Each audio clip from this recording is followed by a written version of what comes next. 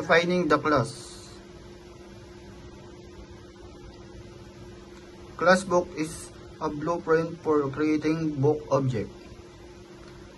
Constructor, init, automatically runs when a new object is created. Attributes. Title. Store the book's title. Author. Store the book's author.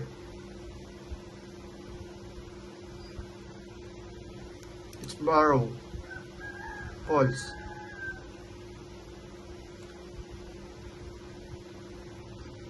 You need to track whether the book is borrowed by default.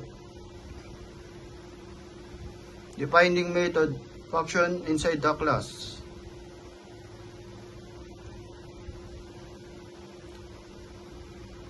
Borrow method allow to user to borrow the books.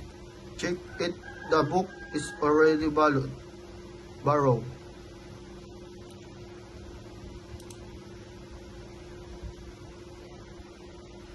If not borrow, set its borrow true and confirm borrowing.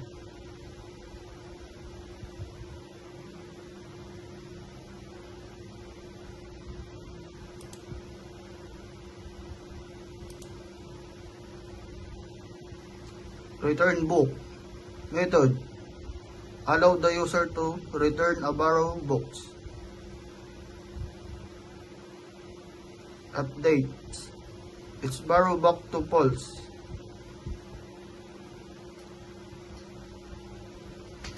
Like this. View all books. Number 1. Borrow a book. Number 2. Return a book. Number 3.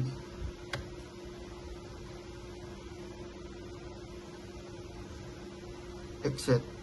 Number 4.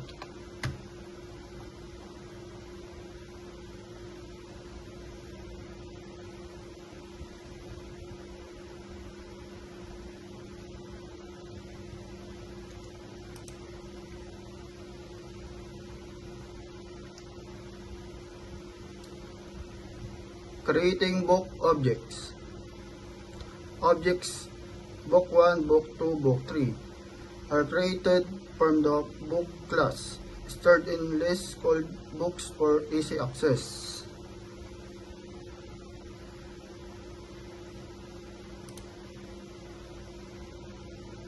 Displaying the menu. Function prints the menu option for the user.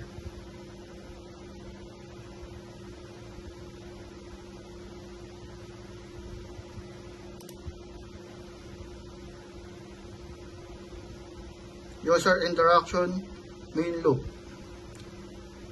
Where true, loop keeps the program running until the user choose to exit.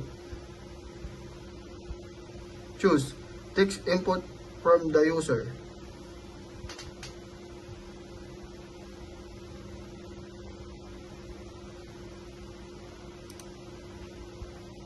Denote choose.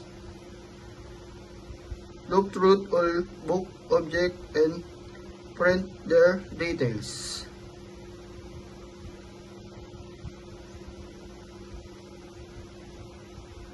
Borrow a book.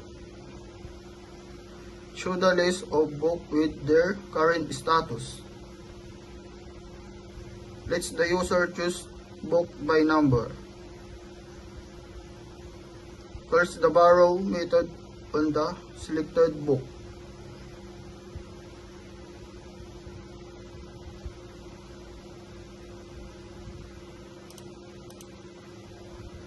Return a book. Similar to borrow but calls the return book method.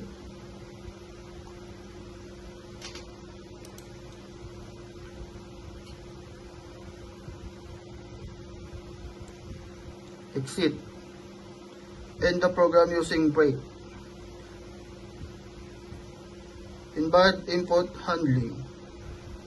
Prints an error message if the user enters something outside 124.